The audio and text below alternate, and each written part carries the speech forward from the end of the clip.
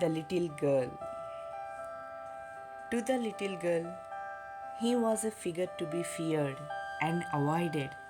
Every morning, before going to work, he came into her room and gave her a casual kiss, to which she responded with, "Goodbye, father."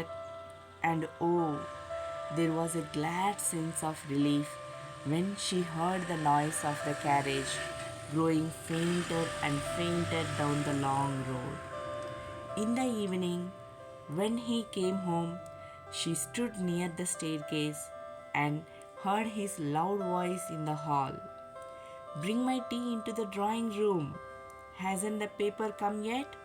Mother, go and see if my paper's out there and bring me my slippers." Kezia, mother would call to her. "If you are a good girl, you can come down and take off father's boots." Slowly, the girl would slip down the stairs, more slowly still across the hall, and push open the drawing room door. By that time, he had his spectacles on and looked at her over them in a way that was terrifying to the little girl. "Well, Kezia, hurry up and pull off these boots and take them outside. Have you been a good girl today?" "Don't know, father." "You don't know? If you stutter like that, mother will have to take you to the doctor." She never stuttered with other people, had quite given it up now, but only with father, because then she was trying so hard to say the words properly. "What's the matter? What are you looking so wretched about?" "Mother, I wish you taught this child not to appear on the brink of suicide. Here, Kezia, carry my teacup back to the table carefully." He was so big, his hands and his neck, especially his mouth when he yawned. Thinking about him alone was like thinking about a giant. On Sunday afternoons, grandmother sent her down to the drawing room to have a nice talk with father and mother. But the little girl always found mother reading and father stretched out on the sofa, his handkerchief on his face, his feet on one of the best cushions, sleeping soundly and snoring. She sat on a stool, gravely watched him until he woke and stretched, and asked the time, then looked at her. "Don't stare so, Kezia. You look like a little brown owl." One day, when she was kept indoors with a cold, her grandmother told her that father's birthday was next week and suggested she should make him a pin cushion for a gift out of a beautiful piece of yellow silk. Laboriously, with a double cotton, the little girl stitched three sides. But what to fill it with? That was the question. The grandmother was out in the garden and she wandered into mother's bedroom to look for scraps. On the bedside table, she discovered a great many sheets of fine paper, gathered them up, tore them into tiny pieces, and stuffed her case. Then sewed up the fourth side. That night, there was a hue and cry in the house. Father's great speech for the Port Authority had been lost. Rooms were searched, servants questioned. Finally, mother came into Kejia's room. "Kezia, I suppose you didn't see some papers on a table in our room." "Oh, yes," she said. "I tore them up for my surprise." "What?" screamed mother. "Come straight down to the dining room this instant." And she was dragged down to where father was pacing to and fro, hands behind his back. "Well," he said sharply. Mother explained. He stopped and stared at the child. Did you do that? No, no, she whispered. Mother, go up to her room and fetch down the damn thing. See that the child's put to bed this instant.